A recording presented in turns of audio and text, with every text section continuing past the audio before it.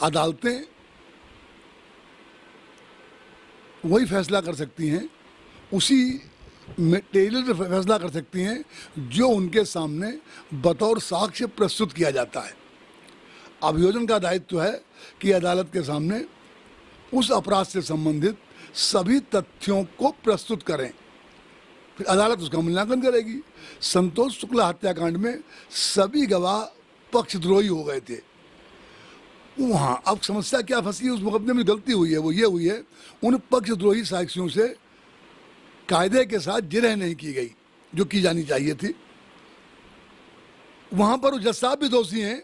उनका ये काम तो था कि अगर सरकारी वकील पक्षद्रोही साक्षी से जिरह नहीं कर रहा है तो अदालत को सत्य का पता लगाने के लिए खुद गवाह से कुछ प्रश्न पूछने चाहिए।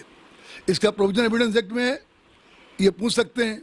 इस मामले में अदालत ने कोई प्रश्न नहीं पूछा, ये नहीं पूछा जाता है। ये नियम है लेकिन कोई पूछता नहीं है।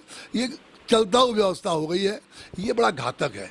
इसको ठीक करने के लिए संतोष शुक्ला हत्याकांड नहीं, पूरा सिस्टम जो है हमारा वो सड़ा हुआ सिस्टम है। और जो अभियोजन अदालत में आने के बाद कई बार बचाव पक्ष के वकील और शासकीय वक्ता के बीच मिलीभगत हो जाती है और अदालत मूक दर्शक होकर इस मिलीभगत को देखती है। इस मिलीभगत को नहीं देखना चाहिए, उसको तोड़ने का प्रयास करना चाहिए। ये नहीं हो पा रहा है, अब नहीं हो पा रहा है, वो तो बहुत बड़े स्तर का प्रयास है, वो वहाँ पर किया जाना चाहिए। ये सिस्टम का दोष है।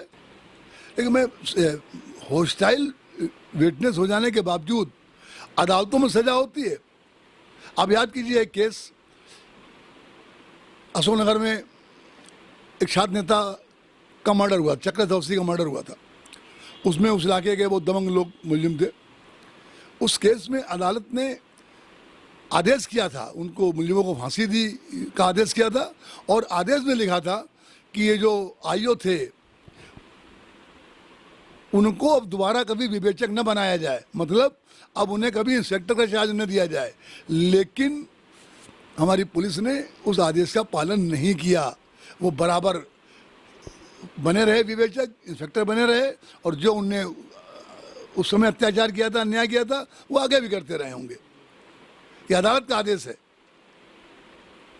सर, अगर हम बात करें इस प्रकरण मामले में हमारे पुलिस विभाग की, तो हमारे पुलिस विभाग में एक सीओ से ज़्यादा थाना अध्यक्ष मजबूत हो जाता है। बिल्कुल हो जाता है और वो होता है, सिस्टम आ रहा है। देखिए मैं आपको एक घटना बताऊं, कुछ पुरानी घटना है।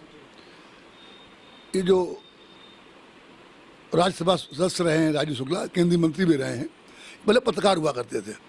इन्होंने रविवार में एक स्टोरी लिखी थी, उत्तर प्रदेश के थाने, विजय कानपुर के थाने वो नीलाम होते हैं। उन्होंने थानों की बोली लिखी थी कि थाना फैजलगंज इतने लाख में, निजामाबाद इतने लाख में, कलेक्टरगंज इतने लाख में, नवस्ता इतने लाख में। उन्होंने पूरी बातचीत लिखी थी उसमें। और वो बातचीत उन्होंने 2 दरोगाओं की सुनी थी, उस पर उन्होंने एक रिपोर्ट लिखी थी। यार वो जो राजू शुक्ला ने लिखा था आज से 20-25 साल पहले, वो आज भी उतना ही सच है कि जब कोई इंस्पेक्टर एसएससी को पैसे देके अपनी पोस्टिंग कराएगा तो सीओ वहाँ कमज़ोर होगा, सीओ की कोई भूमिका नहीं होती। और ऐसे भी अपने जो सीआरपीसी है उसमें एसएसपी और विवेचक 2 ही लोग होते हैं, बीच में कोई नहीं होता। तो है उस सिस्टम के एसएसपी का प्रिय होता है इंस्पेक्टर, सीओ उनका प्रिय नहीं होता, इसलिए सीओ की नहीं सुनी जाती, इंस्पेक्टर की सुनी जाती है।